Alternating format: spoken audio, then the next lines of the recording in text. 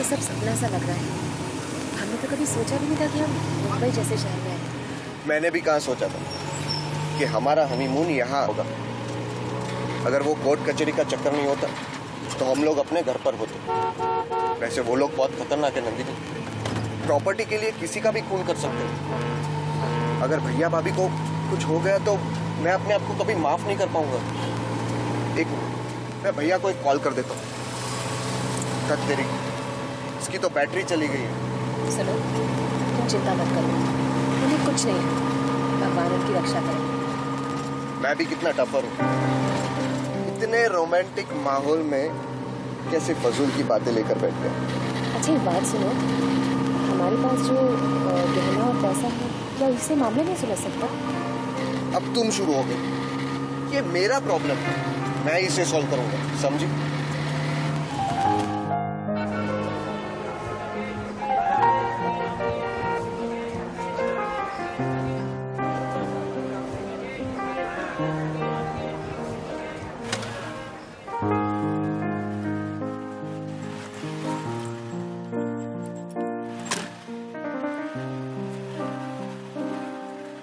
नंदिनी, यहाँ पर कुल्फी वाला बहुत अच्छी कुल्फी बना। कुल्फी खाओगी? अगर तुम खाओगे तो हम भी खाएंगे। यहीं रुकना, मैं 1 मिनट में। अच्छा सुनो, एक ही लेकर आना।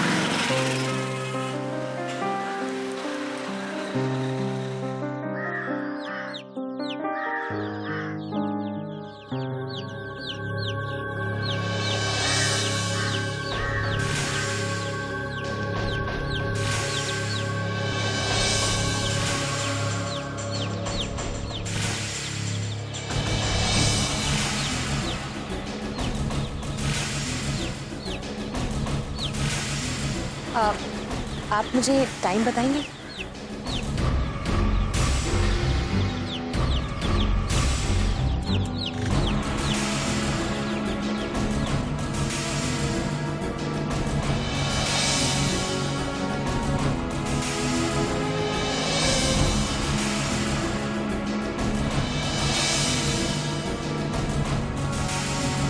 क्या आप मुझे बता सकते हैं यहाँ कोई कुल्फी वाले की दुकान है?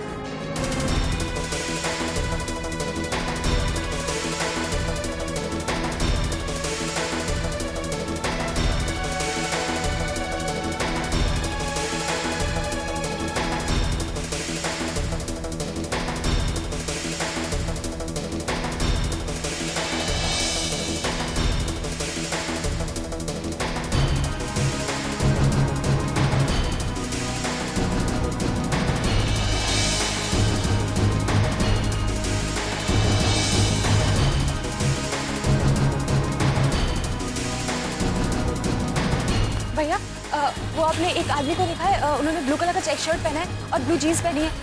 क्या आपने कहीं देखा उनको?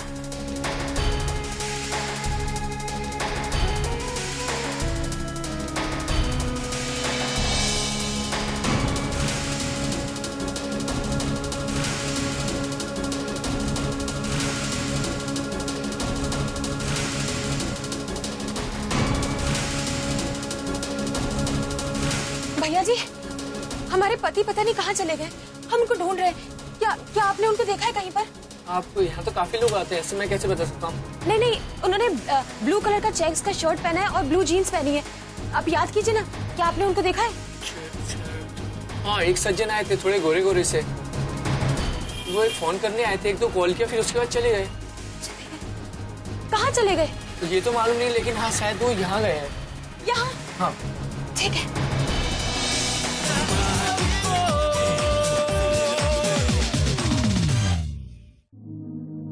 देखिए, आपके पति ने आपको इंतजार करने के लिए कहा था, तो आपको इंतजार करना चाहिए था। आप यहां क्यों आ गई? खैर, एक काम कीजिए, आप वापस जाइए। हो सकता है आपके पति अभी भी आपका इंतजार कर रहे हो। देखिए, हमने आपको बताया ना कि हमने वहां पे 2 घंटा वेट किया और उसके बाद हमने उनके बारे में हर किसी से पूछा। जब कुछ पता नहीं चला तभी हम आपके पास आए हैं। तो आप ही बताइए, इसमें हम क्या कर सकते हैं? आपके पति बालिग है, वो जहां चाहे आ जा सकते हैं। लेकिन वो हमें अपनी पत्नी को इस तरह छोड़ के थोड़ी ना कहीं जा सकते हैं। सर, उनके साथ कोई ना कोई दुर्घटना हुई है, कोई अनहोनी। और हो सकता है कि उनको किसी ने किडनैप कर लिया हो।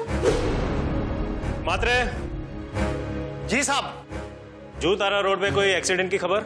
जी नहीं साहब। तुम जाओ। आप जब इंतजार कर रही थे उस दौरान किसी किडनैपर का कोई फोन फिरौती के लिए? नहीं। तो फिर किडनैपिंग की कंप्लेंट कैसे लिख सकते हैं? मात्रे जी साहब। मिसिंग की कंप्लेंट लिख लो। आप जाके कंप्लेंट लिखवा दीजिए। जैसे ही आपके पति के बारे में कुछ पता चलता है हम आपको इत्तला कर देंगे, ठीक है? पता चलेगा? यहाँ बैठे बैठे आपको कैसे पता चलेगा अगर आप बाहर जाके उनको ढूंढेंगे नहीं तो? ढूंढेंगे, जरूर ढूंढेंगे। उनकी कोई तस्वीर है आपके पास? तस्वीर साथ में लेके थोड़ा ना घूमते हैं, होटल में होगी। कौन से होटल में ठहरे आप लोग? एक्सक्यूज मी, क्या ये आप ही के होटल में ठहरी है? जी हाँ, ये हमारी होटल में ठहरी है। क्या बात? तो क्या आपने इनके पति को वापस आते हुए देखा है? इंस्पेक्टर साहब, मेन एंट्रेंस तो सामने ही है और मैंने इनके पति को यहाँ से आते हुए तो नहीं देखा। हाँ, एक एंट्रेंस साइड में है, अगर वहां से आए होंगे तो मुझे पता नहीं। चाबी? चाबी तो उनके पास ही है। आपके पास सर्विस की तो होगी ना? हाँ है ना। अपने पास रखिए। एक काम कीजिए, सबसे पहले दरवाजा खोल के देख लीजिए, शायद आपके पति आपका इंतजार कर रहे हो। चलिए आइए।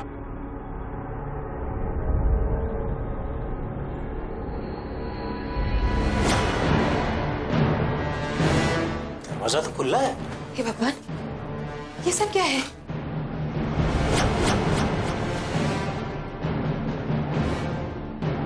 लगता है यहाँ किसी की हाथापाई हुई है, मारपीट हुई है। जो भी है वो जबरदस्ती अंदर घुसा है क्योंकि लॉक टूटा हुआ है।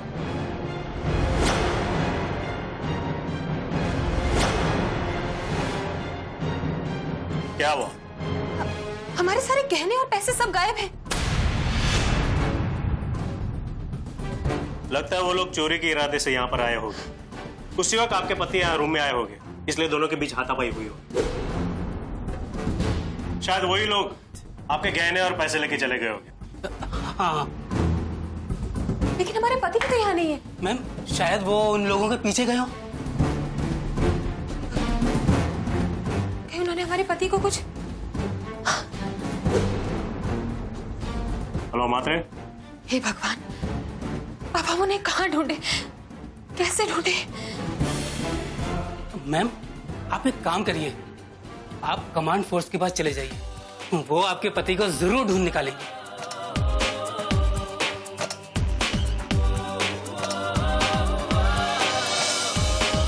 देखिए, हमने उनको ढूंढने की बहुत कोशिश की, हम पुलिस में भी गए, लेकिन उनका कुछ भी पता नहीं चला। अब तो बस आप लोगों का ही सहारा है। हम इस शहर में नए हैं और हम किसी को जानते भी नहीं, और हमारे पास एक फूटी कौड़ी भी नहीं। जो कुछ था सब कुछ चोरी हो गया। क्या आपने इस बारे में आपके घर वालों को खबर की? इतना साहस नहीं जुटा पाए हम। हमारे बाबूजी दिल के मरीज हैं, सदमा बर्दाश्त नहीं कर पाएंगे। कितना जतन किया था उन्होंने हमारे ब्याह के लिए। कैसे बताएं उनको कि हमारा घर बसने से पहले ही उजड़ गया। देखिए, आप हौसला रखिए, हम आपके पति को जरूर ढूंढ निकालेंगे, लेकिन आप पहले हमें उनके बारे में कुछ बताइए तो सही।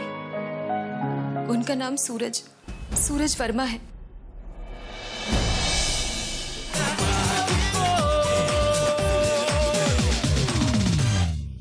उनका नाम सूरज वर्मा है। वो एक कंप्यूटर इंजीनियर है। 4 साल से विदेश में ही थे, बस अभी 4 महीने पहले ही वापस आए हैं। आपकी शादी को कितना समय हुआ है? यही कोई 1 सप्ताह। आप उन्हें कब से जानते हैं? यही कोई 2-2.5 महीने पहले एक शादी में मिली थी। इसका मतलब वो आपके गांव के ही है? नहीं, वो भी शादी में ही आए थे। उनका घर तो नागपुर में है। अब हम ये बताइए कि आपकी ये शादी अरेंज मैरिज है या फिर लव मैरिज? नहीं, मेरा मतलब ये है कि आपने अपने घर वालों की मर्जी से शादी की थी या फिर भाग के? हम दोनों एक दूसरे को पसंद करते थे और हमारे ब्याह हमारे घर के लोगों के आशीर्वाद से ही हुआ है। वो खुद अपना रिश्ता लेके हमारे यहाँ आए थे। बेटा बहुत अच्छा लगा तुमसे मिलके। वो देखो नंदनी आ गई। आओ बेटा। वैसे नंदिनी ने आपको मेरे बारे में बताया होगा।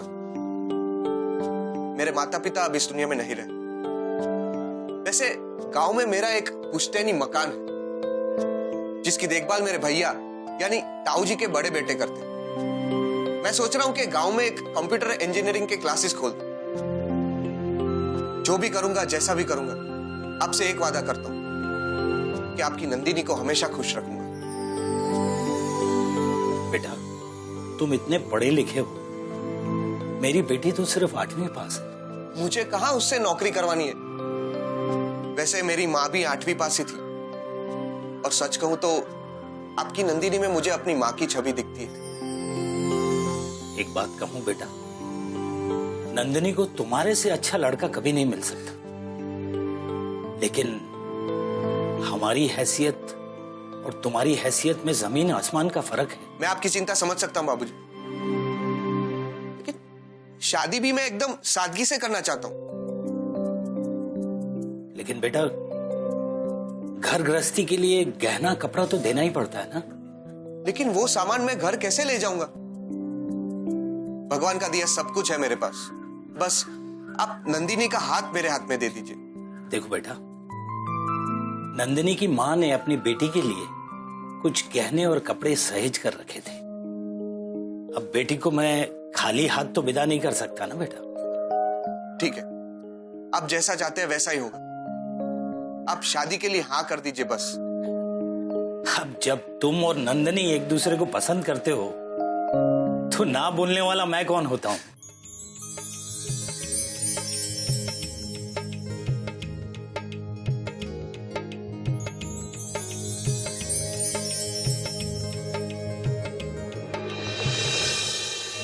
अच्छा, तो आप लोग हनीमून के लिए यहाँ आए थे?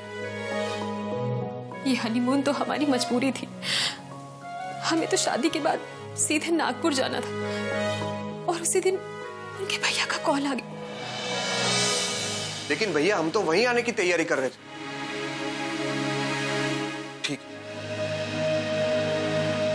ठीक है, लेकिन एक हफ्ते में सब ठीक तो हो जाएगा ना?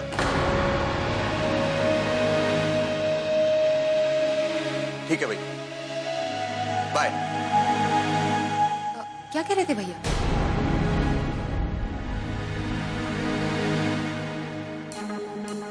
भैया कह रहे थे कि गांव में कुछ गुंडे हमारी प्रॉपर्टी हड़पने के चक्कर में।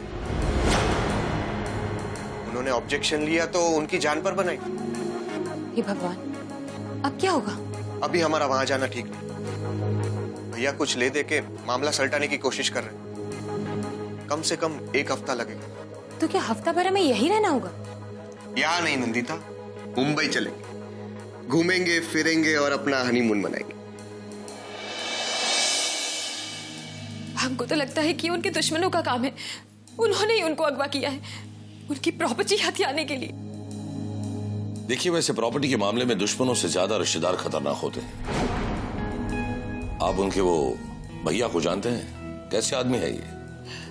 क्या बताएं कैसे हैं वो लोग तो हमारे ब्याह तक में नहीं आए। उनका पता बताइए। पता? क्यों? उनका पता नहीं है आपके पास? पता तो था हमारे पास और वो उसी सूटकेस में था। हमें लगता है कि गहनों के साथ वो भी चोरी हो गया। कोई फोन नंबर तो होगा?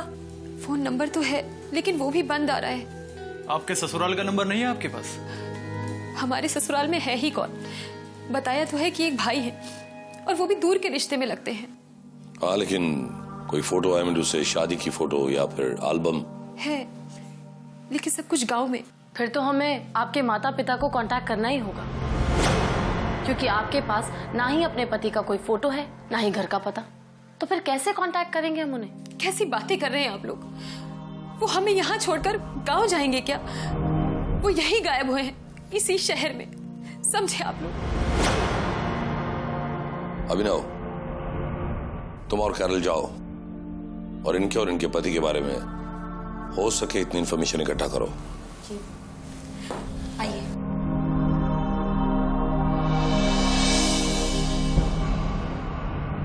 चीफ, मुझे तो लगता है नंदिनी के हस्बैंड का किडनैप हो गया।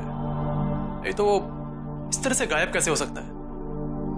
नहीं साहिल, ऐसा जरूरी नहीं है। हो सकता है कि उसके साथ किसी तरह का हादसा हुआ हो। फिर तो मैं सारे अस्पताल चेक करने होंगे। हो सकता है उसे किसी ने एडमिट कराया। पति को पहचानने का हमारे पास कोई रास्ता नहीं, ना ही हमारे पास उसकी कोई फोटो है और ना ही एड्रेस। सबसे पहले हमें उसकी फोटो और उसका एड्रेस हासिल करना होगा। लेकिन कैसे चीफ? शना, तुम एक काम करो, हमारे स्केच आर्टिस्ट को बुलवाओ और नंदिनी ने अपने पति का जो हुलिया बताया उसी के मुताबिक उसका एक स्केच तैयार करवाओ। चीफ, नंदिनी को ना सही, लेकिन उसके घर वालों को अपने दामाद का पता जरूर मालूम होगा। हम कम से कम उनसे तो पूछ ही सकते हैं। हाँ, लेकिन नंदिनी ने बताया था ना कि उनके पिता दिल के मरीज हैं और अगर उन्हें कोई भी सदमा पहुंचा तो वो उनके लिए खतरनाक साबित हो सकता है। एक तरीका है चीफ, नंदिनी के घर वालों को ये ना बताया जाए कि यहाँ पर नंदिनी के साथ क्या बीता है। किसी और तरीके से सूरज वर्मा के बारे में सब कुछ पता लगाया जाए।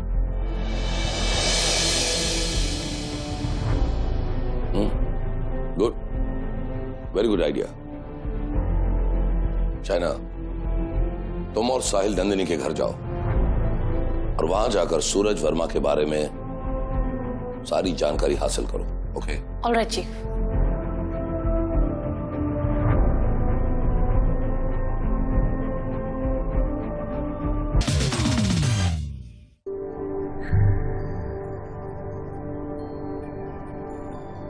जी जी नमस्ते। जी आप? जी, हम लोग शहर से आए। सूरज बाबू के दोस्त ने हमें यहाँ भेजा है उनसे मिलने के लिए। अच्छा अच्छा, लेकिन दामाद जी तो घर पे नहीं है, वो शहर गए हैं। शहर जा चुके हैं? जी आप कौन हैं? मैं राम खिलावन जी की पत्नी हूँ। आप दामाद जी के मित्र हैं? जी नहीं, हम उनके मित्र नहीं हैं, उनके मित्र के मित्र हैं। अच्छा अच्छा। दरअसल उन्होंने हमें किसी काम से यहाँ भेजा है। वो तो घर पे नहीं है, शादी के एक हफ्ते बाद ही वो यहाँ से चले गए थे। कहाँ, कहीं घूमने चले गए हैं या? जी हाँ जी हाँ, बाहर जाने का कार्यक्रम तो बनाया है। पहले मुंबई जाने का कह रहे थे और वहां से सीधा वो अपने गांव चले जाएंगे। नागपुर? जी। फिर तो हमें भी नागपुर जाना पड़ेगा। लेकिन हम नागपुर जाएंगे कैसे? हमारे पास तो एड्रेस भी नहीं है ना। अरे एड्रेस तो मिल जाएगा ना। क्यों अम्मा जी, अब आपके पास तो नागपुर का एड्रेस होगा ना? एड्रेस दिया तो है, कहीं लिख के रखा है, लेकिन आप उन्हें फोन क्यों नहीं कर लेते? फोन नहीं, नहीं, फोन हमने किया था, दरअसल उनका फोन लग नहीं रहा है। अच्छा, आप रुकिए, हम देखते हैं कहीं लिख के तो रखा है। अब जी सुनिए, आपके पास सूरज बाबू को कोई फोटो मिल जाता तो उन्हें पहचानने में बड़ी आसानी हो जाती। फोटो? अरे आप उन्हें पहचानते नहीं? नहीं, मैंने आपको बताया ना कि हम उनके मित्र के मित्र हैं।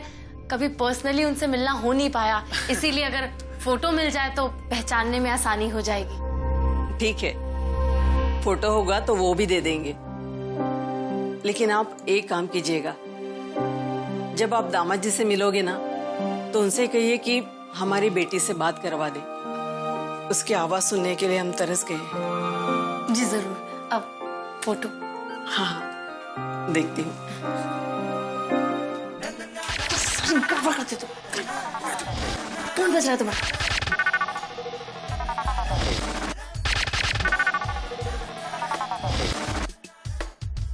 हेलो,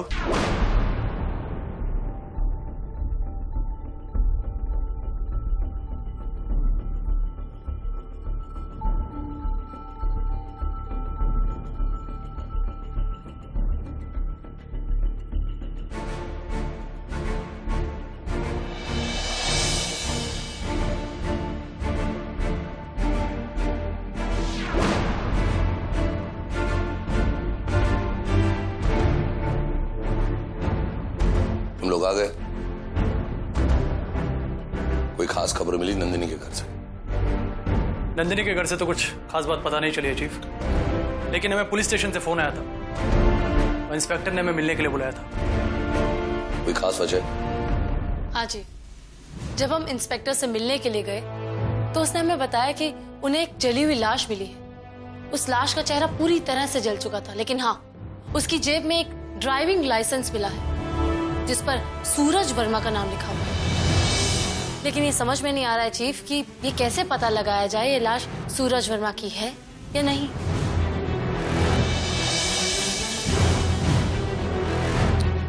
शाना, मेरी समझ में कुछ नहीं आ रहा। इस केस में उलझनें बढ़ती जा रही है और इस वक्त मुझे सिर्फ और सिर्फ एक ही रास्ता दिखाई दे रहा है कि नंदिनी को यहां बुलाया जाए, उसे वो लाश दिखाई जाए। और अगर नंदिनी सूरज वर्मा की पत्नी है तो पत्नी होने के नाते वो अपने पति को पहचानने में कभी भी कोई गलती नहीं करेगी। तुम दोनों जाओ और फौरन नंदिनी को यहां बुलाओ। Move fast. Alright chief.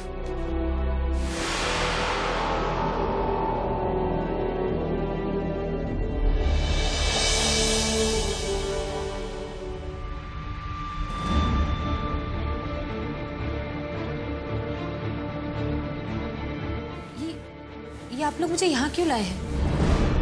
बताइए ना, कुछ पता चला क्या उनका? देखिए, हमें आपके पति के बारे में कुछ पता नहीं है। ये तो पुलिस को एक लाश मिली थी।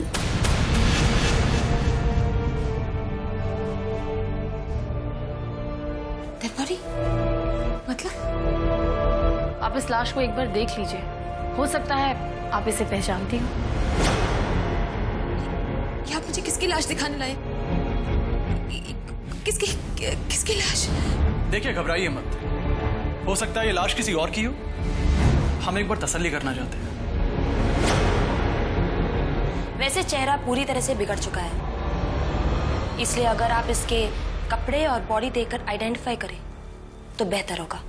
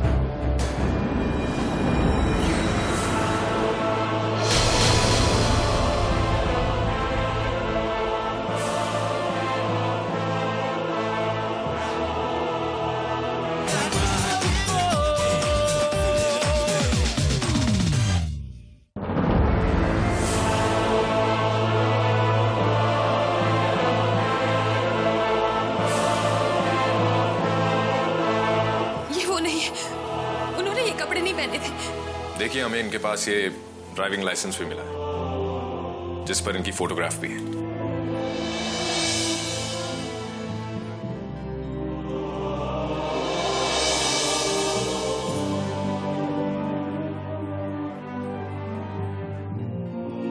ऐसा नहीं हो सकता। भगवान हमारे साथ ऐसा नहीं कर सकता। कितनी अजीब बात है, हमें इनके पति की तस्वीर भी मिल गई और पता भी, लेकिन उसके मरने के बाद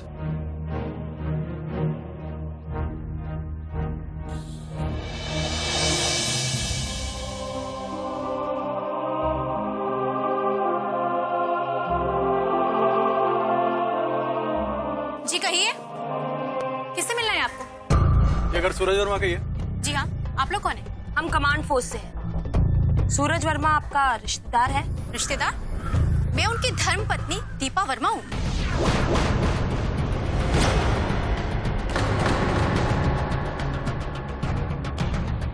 ऐसे कैसे हो सकता है? तुम उसकी वाइफ कैसे हो सकती हो? कैसे मतलब? शादी हुई है हमारी। और ये औरत कौन है? अरे ये ऐसे कैसे बोल रही है? क्योंकि हफ्ता भर पहले सूरज वर्मा ने इससे भी शादी की।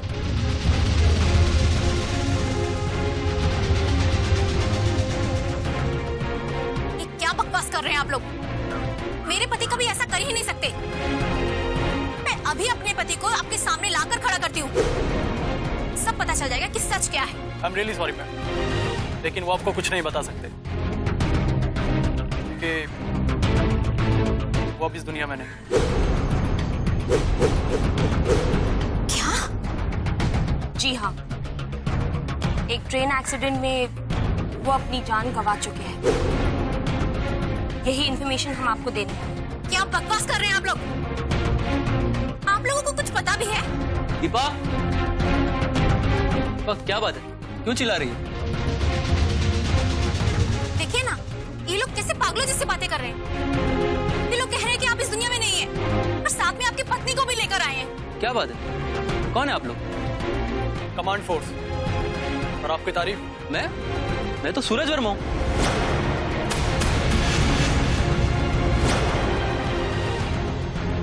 अगर आप सूरज वर्मा है तो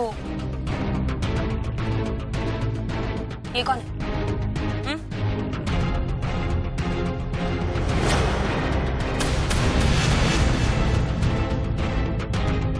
ये लाइसेंस तो मेरा ही है, लेकिन ये फोटो किसकी है? मैं इस आदमी को नहीं जानता। कौन है ये? नंदिनी जी, ये जो भी कोई है, लेकिन एक बात तो साफ है, आपके पति का नाम सूरज वर्मा नहीं था और ना ही वो इस पते पर रहता था।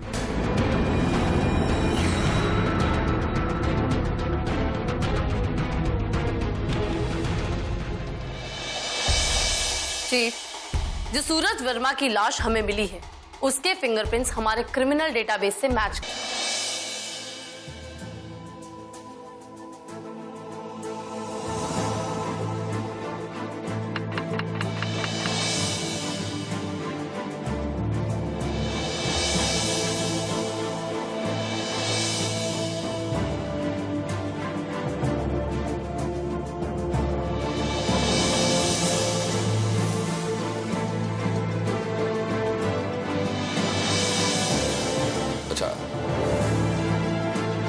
ये राजन मिश्रा है। लेकिन लाइसेंस पे जो फोटो थी वो तो इनके पति की थी। नहीं, ये हमारे पति नहीं है, ये तो कोई और है। कहीं इस राजन मिश्रा ने प्लास्टिक सर्जरी से अपना चेहरा बदल तो नहीं दिया? नो, नॉट पॉसिबल कैरल, क्योंकि लाश के चेहरे पर कहीं भी सर्जरी का कोई भी एविडेंस नहीं है। फिर ये चक्कर क्या है कि लाश का चेहरा इनके पति का नहीं, किसी और का है, और जो नाम इनके पति का है वो भी किसी और का है। आखिर है कौन इनका पति? और वो लाइसेंस उस लाश के पास कैसे आया? अभिनव, लाइसेंस नहीं, पर्स। तुम भूल रहे हो कि मरने वाला एक जेब कतरा था और उसने इनके पति की जेब से पर्स मारा होगा, और उसी पर्स की वजह से हम ये समझते रहे कि मरने वाला इनका पति। इसका मतलब हमारे पति जिंदा है? लगता तो ऐसे ही है। देखिए, आपका पति जो कोई भी है, और वो अपना नाम और पहचान छुपाकर आपको धोखा दे रहा है, वो जहां कहीं भी हो उसे हम ढूंढ निकालेंगे, ये हमारा आपसे वादा है। जरा याद करके बताइए, कुछ ऐसा तो नहीं है जो आप हमें बताना भूल गई? आपके पति किसी भाई से बात करते थे ना? क्या उसका नंबर देखा था कभी आपने? नहीं, वो नंबर तो उनके मोबाइल में सेव था। उस दिन जब आप लोग घूमने गए थे, तो क्या उस बीच उन्होंने कभी भी अपने भाई को फोन किया था? नहीं, उस दिन तो उनका फोन बंद था क्योंकि बैटरी नहीं थी। लेकिन हाँ, वो फोन वाला आदमी बोल रहा था कि उन्होंने कहीं फोन पे बात की है। फोन वाला? कौन फोन वाला? हाँ, उसने यहाँ से कोई कॉल तो किया था, लेकिन ये नहीं मालूम कि उसने कौन सा नंबर लगाया था। तुम अपने रजिस्टर में सारे फोन कॉल्स के रिकॉर्ड तो रखते होगे? हाँ, मैं रखता हूँ, लेकिन हाँ मुझे पक्का टाइम याद नहीं है कि उन्होंने कब कॉल किया था। हाँ, लेकिन इतना मालूम है उन्होंने कोई एसटीडी कॉल किया था। STD calls? मुझे नहीं लगता कि यहाँ से बहुत सारे एसटीडी कॉल्स किए जाते होंगे। आप एक काम कीजिए, मुझे उस दिन का सारा रिकॉर्ड चाहिए, वो दे दो।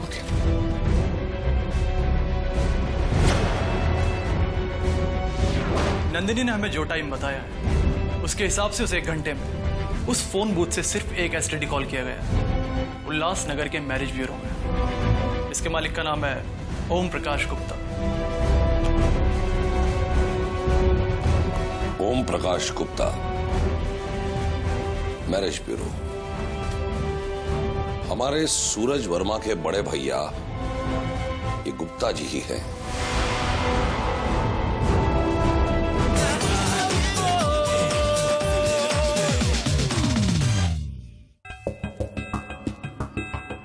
देखिए, आजकल अच्छे पढ़े लिखे लड़के मिलते कहाँ हैं? मिलते भी हैं तो उनकी डिमांड बड़ी बड़ी होती है। समझते हैं ना आप मेरी बात को? देखिए, इसीलिए तो हम आपके पास आए। एक लौती बहन है हमारी, पाई पाई जोड़कर 20-25 लाख तो जमा किए हैं। कैसी बातें करते हैं आप? आज के जमाने में 20-25 लाख से क्या होता है ना जी? लड़के वाले तो मुंह खोलकर मांगते हैं।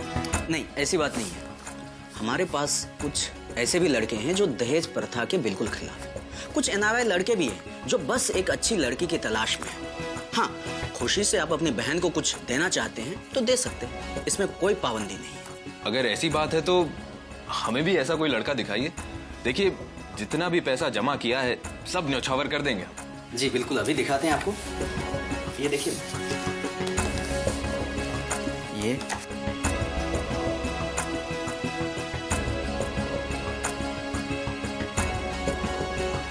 देखिए,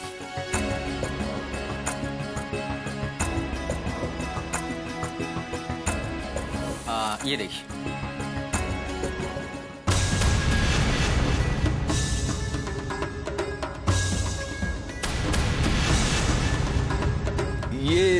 ये लड़का बढ़िया है। हाँ जी, ये अच्छा है। क्या नाम है इनका? अच्छा, ये विनय है, विनय सिंह। पेशे से कंप्यूटर इंजीनियर है। आप कहें तो आपकी मीटिंग अरेंज करवा देते हैं। आप भी लड़के को देख लीजिए, लड़का आपकी बहन को देख लेगा। है ना अच्छी बात? बढ़िया।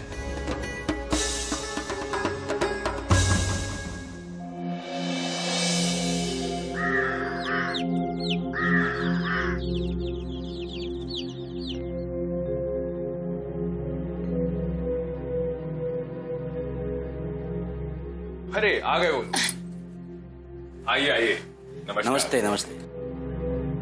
विनय जी, ये है रामचरण जी और ये उनकी धर्म पत्नी। और रामचरण जी, ये है विनय सिन्हा जी। नमस्कार। नमस्कार जी।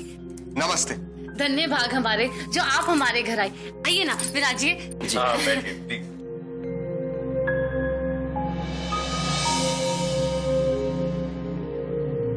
आपकी बहन कहाँ है? उन्हें तो बुलाइए। जी जी, बुलाते हैं। अरे राम प्यारी, जरा आना।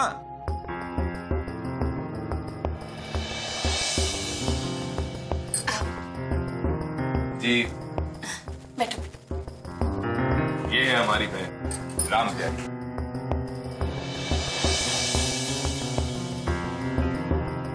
बेचारी बहुत बदनसीब है। देखिए, हम आपसे कोई बात छुपाना नहीं चाहते, इसलिए हम आपको बताना चाहते हैं कि राम प्यारी की पहले एक बार शादी हो चुकी है, लेकिन वो लड़का बहुत ही कमीने टाइप का निकला। मतलब अब क्या बताएं आपको? ब्याह के 1 सप्ताह बाद ही वो कलमुहा हमारे सारे पैसे और गहने लेकर गायब हो गया। और ये बेचारी बड़ी भोली है, समझती रही कि किसी ने उसको उठा लिया है या फिर वो मारा गया है। बड़ी नादान है ये। खैर छोड़िए ये सब बात। अरे राम प्यारी, इन्हें अपना सुंदर मुखड़ा तो दिखाओ।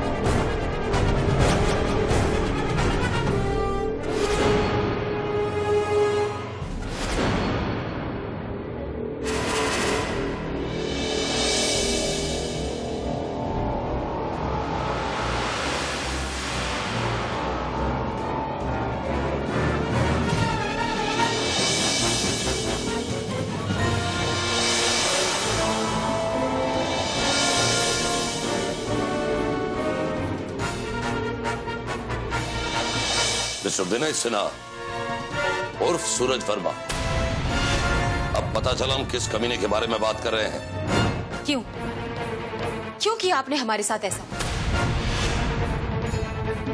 क्योंकि यही इसका धंधा है, गांव की भोली भाली लेकिन पैसे वाली लड़कियों से शादी करना और फिर उसके सारे गहने और पैसे लेकर चंपत हो जाना। और इस काम में गुप्ता जी इसकी मदद करते थे।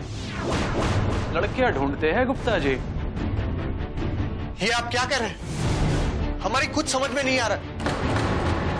मैं इसे नहीं जानता। पूरे गांव के सामने की थी ना आपने हमसे शादी। आप इस तरह मुकर नहीं सकते। बहुत सी मासूम लड़कियों की जिंदगी बर्बाद की है तुमने। तुम क्या समझते हो इतनी आसानी से बच जाओगे तुम? हमारे पास सबूत भी है और गवाह भी। ये वो गहने हैं जो गुप्ता के घर से बरामद हुए हैं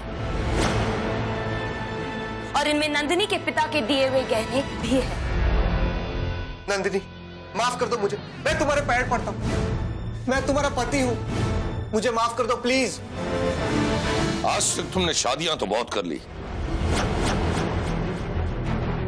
लेकिन अब तुम्हारा वक्त आ गया है ससुराल जाने का।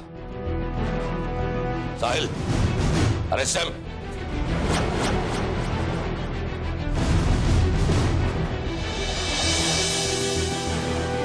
बेटी सब ठीक हो जाएगा।